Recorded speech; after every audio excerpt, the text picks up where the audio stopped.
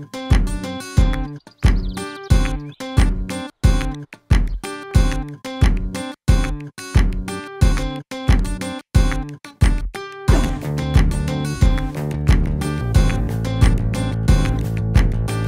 sesame.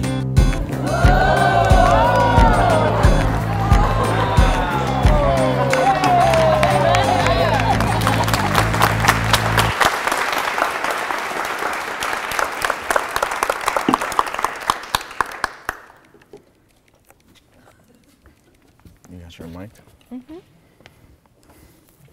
Hello. Hello. It is an honor to be here with you all, and it's also really dope to know that basically we're as cool as Jane Goodall, since we are on the same stage that she was on. Again, my name is Jordan Moses, he, him, those are my pronouns. I'm the visionary director at Blackbird Revolt. And my name is Terresa Moses, she, her pronouns, and I'm the creative director at Blackbird Revolt. Very excited to be here. So if you are like me, you like to know when is this damn thing going to be over. We're talking about 4 different things today. Okay, who we are, the social justice ecosystem, our work, and then how you can find your own role. So I'll make sure to call out, you know, we're on section 1, so y'all know. So we're on section 1. Okay, who we are. So this is one of the first questions that we actually asked ourselves. Terry's background is in apparel design, and when I met this amazing, wonderful human being, she was actually already doing apparel design. And so one of the things that we talked about was, what can we wear to the next protest? Right? We could go into JCPenney and see 23 different Star Wars shirts, half of them I own, and we were wondering, you know, how do we actually wear our values, and not just the actual value that's stated on the shirt, but how the shirt is sourced and made and all those sorts of things. And so we started thinking about that and pulling on this string, and that really led us to this place where we started talking about messaging, right? Because that's why we wanted to wear screen printed t-shirts, was messaging our values.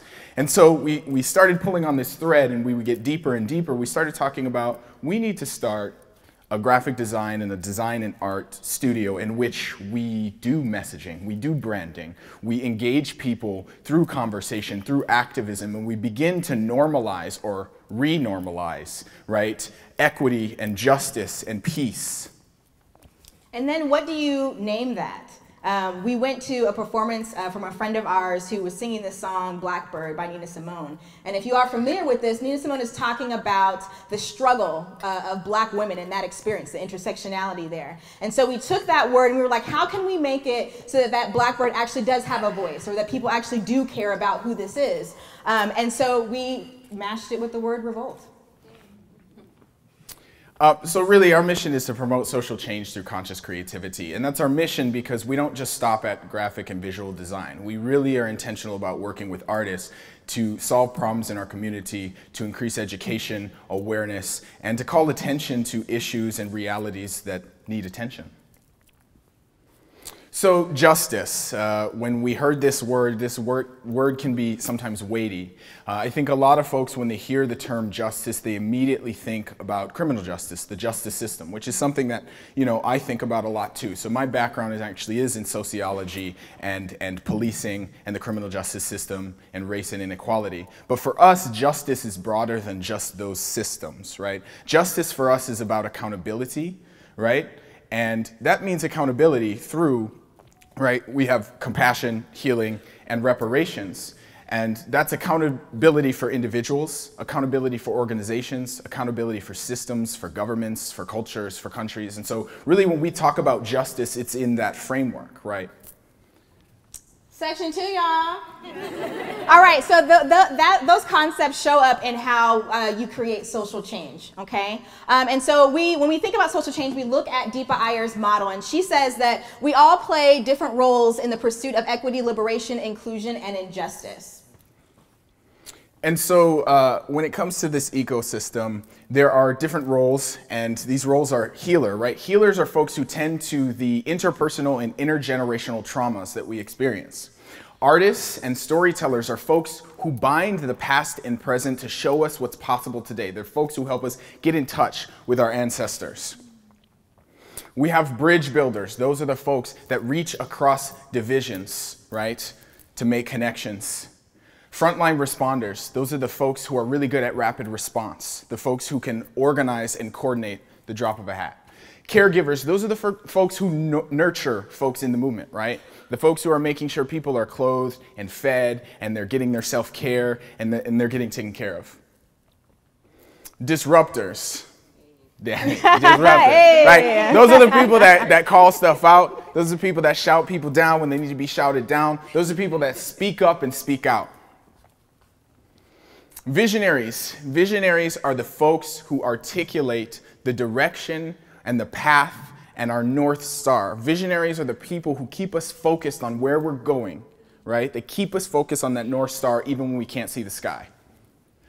Builders. Builders are the folks who create our networks and shape ideas and organizations for us to exist in and do this work through. So hopefully you can already start to see maybe where your roles might be, but our three roles that we've brought up to the top is artist, storyteller, and visionary. This is what's going to show up within our work. Section 3, y'all. We almost done. So let's talk about our work. This quote here is from an article by Dr. King, who is talking about how the fight isn't between black folks and white folks, but it's actually between justice and injustice. This was the theme that we were able to work with the NAACP for this year's MLK events. It's a really huge deal for the Duluth community. And so we worked with them on this theme, and what does it look like to start to visualize that? And some of you who are doing Justice Works already know how difficult it might be to start to visualize, like what can we do for like injustice or like racism? And so what we decided to do was play off the word current, and we looked at what does it look like if that current represents the system, right, that's pulling us all down. And then when we start to come together, the system starts to kind of disperse, and then we can end up fighting together as one. And so we branded the whole event. We work with, we do the t-shirts, the buttons, the stickers, all of those things. And then, we do the map for the march that's happening right here. What we also have to do, because NAACP is a nonprofit, is we have to find creative ways of raising money. And so we worked with the screen printer within the Duluth community to create a triptych that was like a, special edition. And so we were able to raise money in that way, got folks excited. And then this past year was the largest attended rally. So we had over 1,500 people there in the deck. They're all lifting their fists at our amazing speaker, Malia Connolly, and it was awesome. Whoa. So that's one example of how we use art and design. And again, it's not just the visual portion. It's really about creating those intentional relationships to shift culture, raise awareness, and to change the realities in which we all live in. So another example of a project that we worked on was Black Duluth in History, the Work, the Life, the Fight. And we worked with the Clayton Jackson McGee Memorial Organization on this project. Now, has anyone heard of Clayton Jackson McGee? It's good, because I'm teaching most of you now. So Clayton Jackson McGee, there were 3 men in 1920 who were lynched in Duluth, Minnesota by a mob of 10,000 white folks. And so there is a memorial. It was actually the first memorial in the country dedicated to lynching victims, and it was in 2003. It's in Duluth, Minnesota, and there is an organization that started in the year 2000 that worked to get the memorial, and they also help carry the history and teach folks in our community and beyond about the history of the lynching and history related to the lynching. So for this project, what they did is, for the Minnesota Historical Society, which we have a friend over there in the Minnesota Historical Society, they actually interviewed 13 black elders in Duluth about their experiences growing up, coming to Duluth, right? And so they paid and taught young black kids how to interview and how to transcribe and how to work the audio equipment. And those kids, as well as the historians, worked to capture these histories. And then these histories, the audio transcripts and the text transcripts, live at the Minnesota Historical Society. So Clayton Jackson McGee organization came to us and they said, yo, this can't just live here. We need to do more with this. And so we thought, okay, let's do an exhibit. So for this exhibit, what we did is we tied these oral histories to black history in Duluth, to help contextualize these oral histories and to help contextualize also the history of the lynching, because most people, when they think about black people in Duluth, it's lynching and that's it, right? And so you can see some of the photos that were used in the exhibit. So what we did is we came up with these theme panels. And every elder, we worked with a local black photographer and made sure he got paid as well. We also worked with the elders, because our elders, a lot of them have transportation barriers. So we worked with them to make sure they could get to the studio to get their pictures and photos taken, right? We also thought it was really important because most black history is oral history. And so if we don't capture it, it dies with those folks if we don't carry it on verbally. And so this was important to capture those photos and those stories as well. And so we have their names, and then we themed it into the life, the work, the fight. The life being social life, family, where they were born, where they grew up. The work being employment, labor, jobs. And then the fight was, right, the fight for civil rights, the fight for justice, the fight for equality. And so what we did with those panels is we also created these large theme panels. The life, the work, the fight. I can't remember how big they are. They're like 3 feet by 3 feet or something. They're bigger than that. Yeah, they're probably bigger than that, 4 feet by 4 feet or something. And so what we did is we took moments throughout history, Duluth's history, Minnesota's history, and the national history, and we added it to this timeline so folks could contextualize what was going on in our city and around our country, so that when somebody says, oh yeah, I came to Duluth in 1952, we have information about what Duluth was like and going on in 1950, what Minnesota was like, and what the nation was like, right? So that it helps contextualize and add to the context of these folks' stories. And so we also have the elders there. That's a picture of one of our elders, Claudia Washington, to tell more of their stories and actually interact with folks that were at the exhibit. So this is an extension of our partnership with Clayton Jackson McGee. We started working with them last year to also rebrand, because in order to reach more folks and connect with more folks, we needed to help refine the message and work with them to reach more people. And so we did the rebrand. The new logo is our little creation. But one of the big things that we're currently working on is 2020, which is next year, is 100 years since the lynchings in Duluth. And so last year, we approached them and said, we gotta do something, right? We know you're working on something, but we want to support.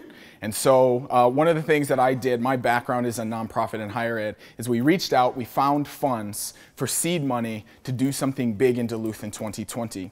And so what we're planning to do is have a series of events leading up to June 15, 2020. So mark your calendars, write it down, because you all should be taking off work, dead serious, and driving up to Duluth to honor these 3 men on the 100-year anniversary. It's literally a once-in-a-lifetime event.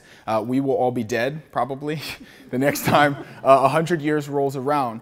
But what we are going to do is we are going to get 10,000 people in the street on June 15, 2020 in Duluth. Right? If 10,000 people in 1920 with no social media, with no internet, with no mass media, could drive around in their cars and collect 10,000 white folks to kill these men, in 2020 we should have no problem collecting 10,000 people to honor these 3 men and to help us move our community forward.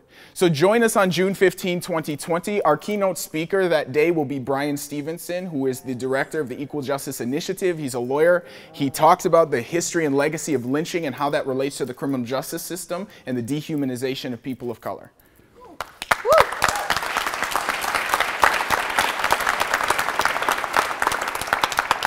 Another fun project that we were able to work on is Justice Choir, and they are based out of the Twin Cities. Anyone ever heard of Justice Choir? Yeah? Okay, so Justice Choir, if you've heard of Beer Choir, they kind of took that same model, and it's people who are interested in singing for social and environmental justice. And so they came to us and they were like, we need help making some type of identity, and so we worked with them to create the identity for their flagship chapter, but we had to make it in a way where they could expand. And so now they have over 17 chapters, and then folks are able to add their identifier, their state, their school, and then hopefully use our color scheme, which they're not, which is okay. I guess.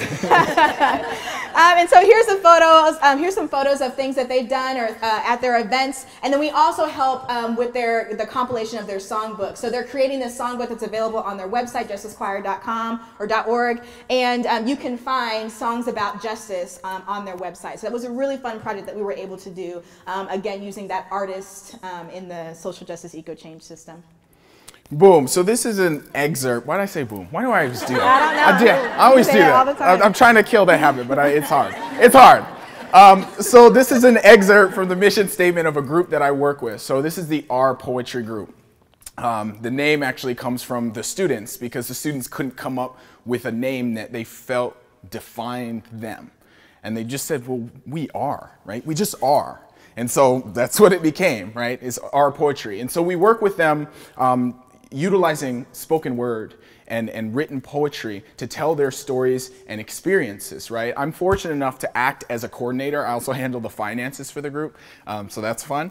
And again, so it's not just about the visual, the art component, it's about having that relationship and doing what needs to get done in order to support folks in our community. And so they take part in slams and competitions. They perform at rallies and protests. And it's a really powerful program because, especially in Duluth, the schools struggle a lot. But in the schools, there aren't places for these kids, 13 to 19, to talk about sex, to talk about sexuality, to talk about racism, to talk about violence, to talk about suicide, to talk about depression. This is one of the only places, if not the only place, for most of our students to have those conversations and to heal. And so there's a lot that comes with it, and sometimes it can be a very tough thing to be a part of, but it's this beautiful, holistic, authentic group of students. And so one of the ways that we get to put our art and design skills to the test is by designing a book. And so what they do is they do all the hard work, right? They tell their stories, they write the poems, and we sit down with them and we say, okay, what is the imagery, what is the theme, what's coming out in your poetry? And we take down their ideas and we work out themes. And so far we've done 2 books, one each year, and then all of the students in the program get 2 copies of their book. They get one to keep and then one they can give to a relative or a friend or whatever. And then they take the book and sell the book to support the program costs. And so it's one way for us to use our art, use our design to help build a foundation for folks to keep doing awesome and amazing work. And the youth are really like, you know, oh, we're published now. So it's just a really impactful project to do. Okay. Yes. Y'all want to take a picture? Okay, so this project is called Project Natural. And I'm able to, Blackbird Revolt is able to support this project so that I can educate and help connect and empower Black women around our natural hair. And if you don't know all the things around natural hair, Google it. I don't have time for that.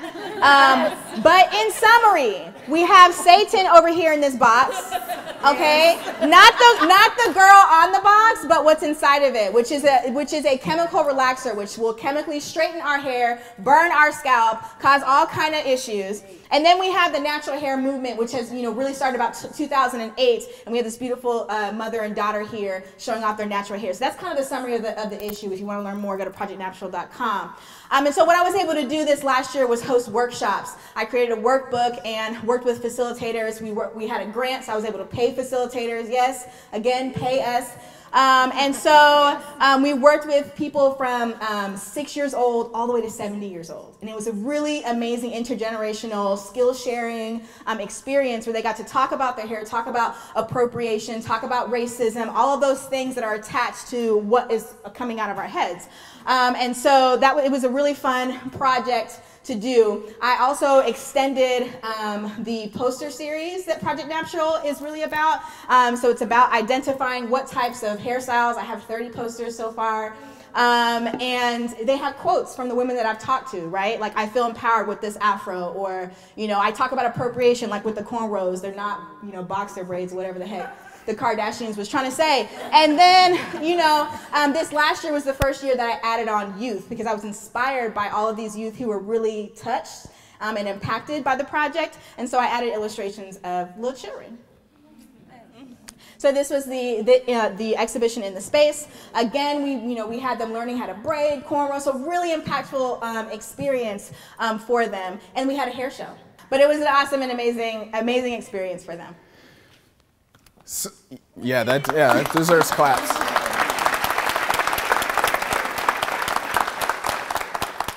Yeah, and I mean, I will say, I can't talk too much about the project because I'll probably cry, but in the video, there's a short thing of me talking to a young girl, and Duluth has a large transracial adoptee community, and so there are lots of black kids that have white parents.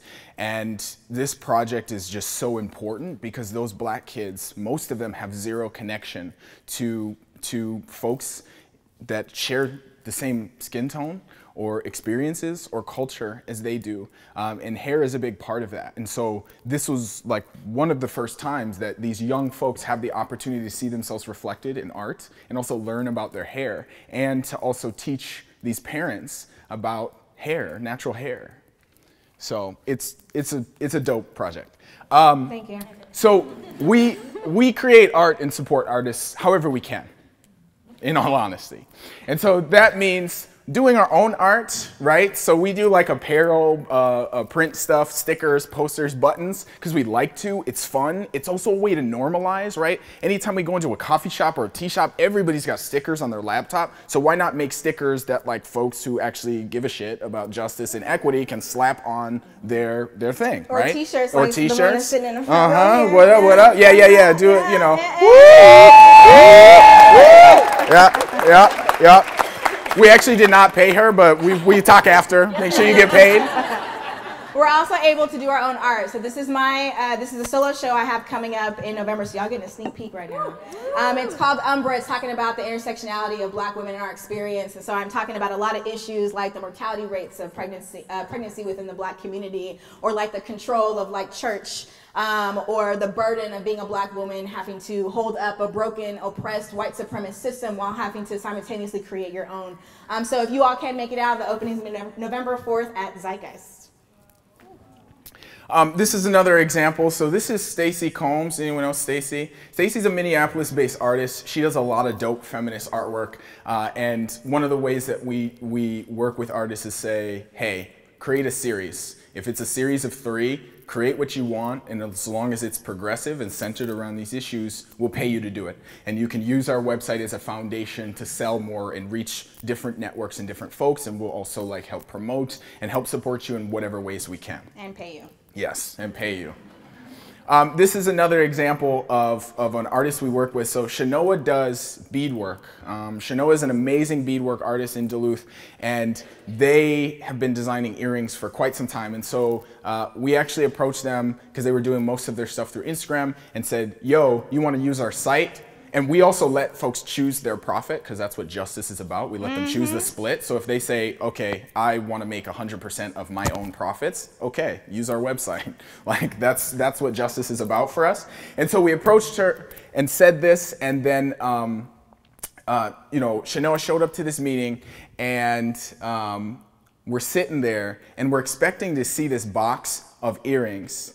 And Shanoa opens the box, and instead it's our designs that Shanoa did the beadwork. We was like hype as hell in this tea shop, like yelling, and everyone's like, what's going on? We was like, oh, it's so dope. It was amazing. I mean, it's dope. Ain't that dope? I was like so freaking cool. All right, last section, y'all. Hey. All right, so you've seen how we apply our role in the social justice ecosystem, and so we're going to just give you a few little tips on how you can start to find what yours is. And so again, this is just the refresher. If you need to take a picture now, you can take a picture, but we can also like post this. So there you go. Get the whole thing.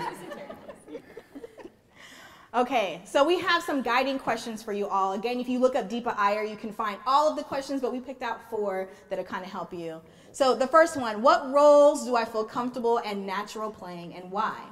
What roles make me come alive, and why? Are there any differences between these 2 responses that I can explore? Another question you might ask is, what role or roles am I often asked to step into by others, and how do I feel about assuming those roles? Am I visioning and dreaming in my role? Or am I caught in a cycle, a vicious cycle, right, of repetition and redundancy or compromise and sacrifice? How can I generate creativity and innovation in my role? You might ask yourself, who is my support system? The people who hold me accountable in a compassionate way. One way you can use the model is by writing folks' names next to these roles, right?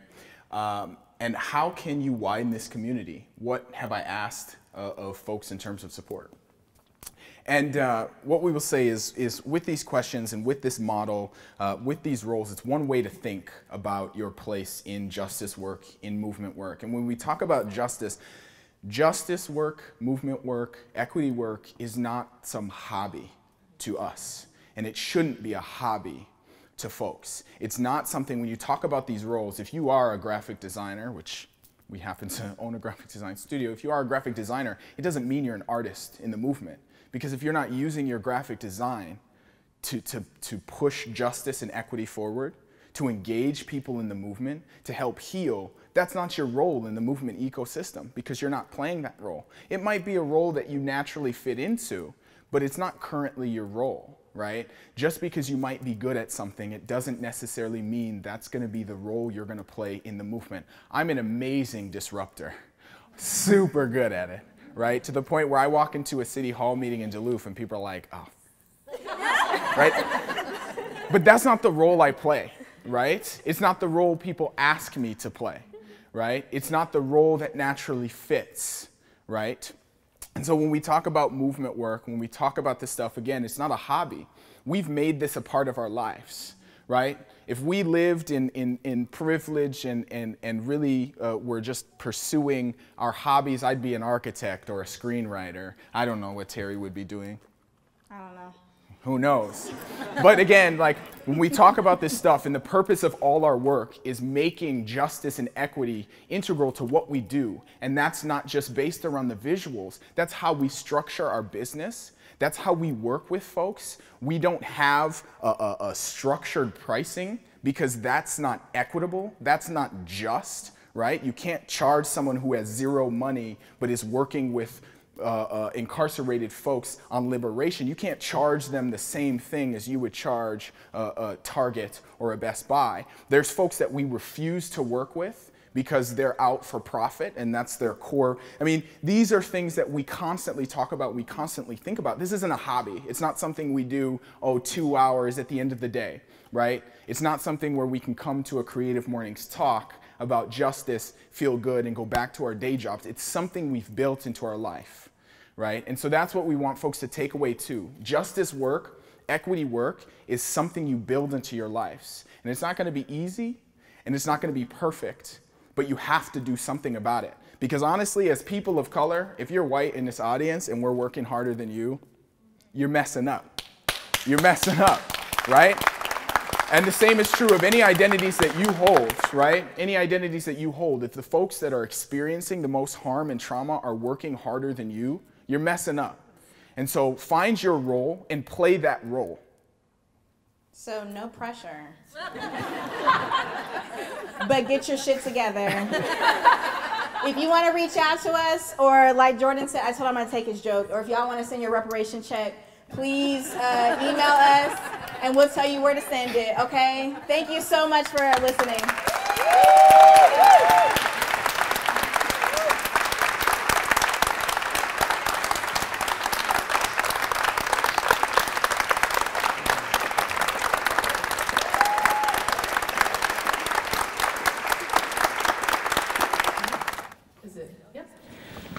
Excellent. 99% with you. I take issue with one thing you said, which was if I was a person of privilege, I would be an architect. 100% disagree with that. I am a person who had a privileged background, and my occupation right now is to defeat Donald Trump. And that is primarily what I'm doing. I'm a resistor. I feel racism is at the core of all of our problems, and that is my passion. So I really don't think you would be just an architect and not in the fight. Yeah, no, I think I'm just thinking of my experience, you know, because again, this presentation is not about my whole life history or anything, but I grew up in a very white, very conservative family, and my dream for the longest time was to be an architect, right? To just be a dope architect. I used to believe that, like, police kept us safe, and that the military was great, and the United States was fair and equal and just. Like, that's what I believed until I was about 15 years old, and police brutality entered my life in a very rude way. So, like, if I would have continued on that path, I'm pretty sure if there wasn't something that woke me up, I would have just went into the field that I wanted to. Yeah.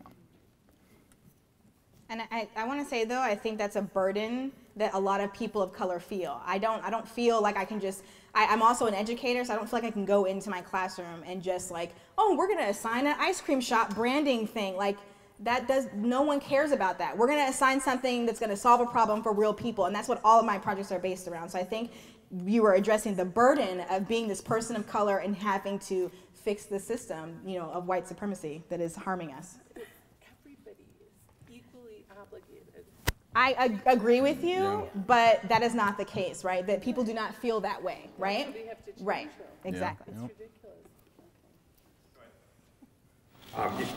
You said multiple times, and I appreciate it, pay us, pay artists what they are valued.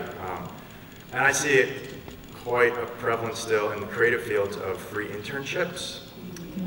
And I know that being paid is just one factor in bringing diversity into internships. What are other ways you could suggest, or just ways to push paying, voicing to the top that we really need to pay people?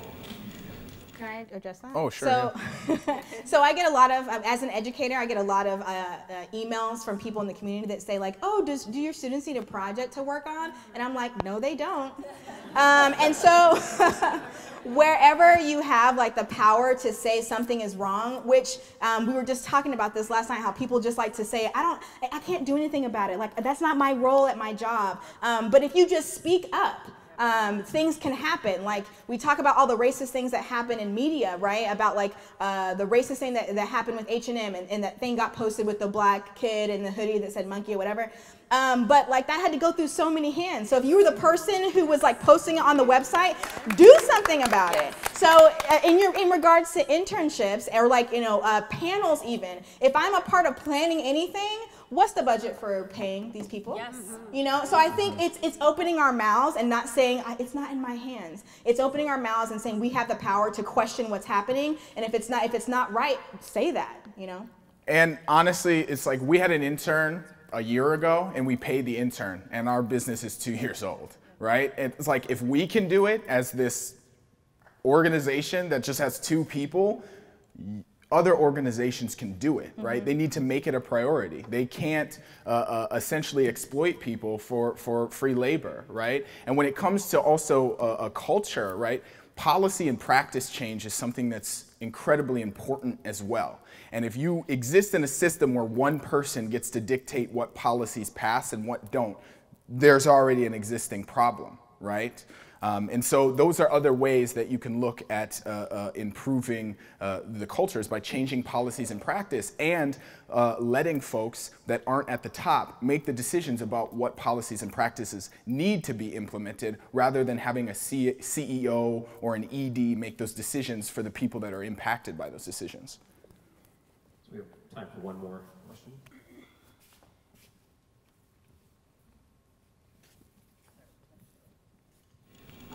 First, fabulous talk. Thank you so much.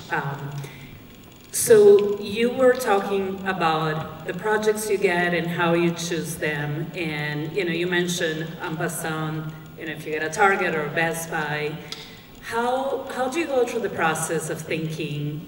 Is this really gonna make a change? Is this company just going to put it out there for their profit? And how do you actually, do you have a chance to educate? Because those are great opportunities to put your art and make a change with those, companies that have big footprint. But do you have a chance to educate those folks and say, how are we going to use this, put it out there, and, make a change? For sure. So when we are picking and choosing folks to work with. It's really all about our mission. It's also about their history. It's about their intention. It's about what they're bringing to the table. And we have had folks come to us and say, we want to do this. And we've even started having the conversation about, okay, what's the work going to look like? And for instance, there was a group of folks that wanted us to do a pamphlet. And they needed gender checked on the pamphlet, and they said male, female. That was it. That was the only options they had. And we said, you have to change this. And they said, no. And we said, we're not working with you then, right? And we explained why we weren't working with them, because it was incorrect. It was unjust. It wasn't equitable, right? They're perpetuating harm, even though they might not agree or think that they are. And so when we do have those opportunities to have those conversations with partners or with clients, it's an important part of the process too, because we are trying to change culture, right? We're trying to normalize the type of work we do, and we're not perfect, but we're trying to normalize that type of work. That's it. Thank you. Thanks. Yeah.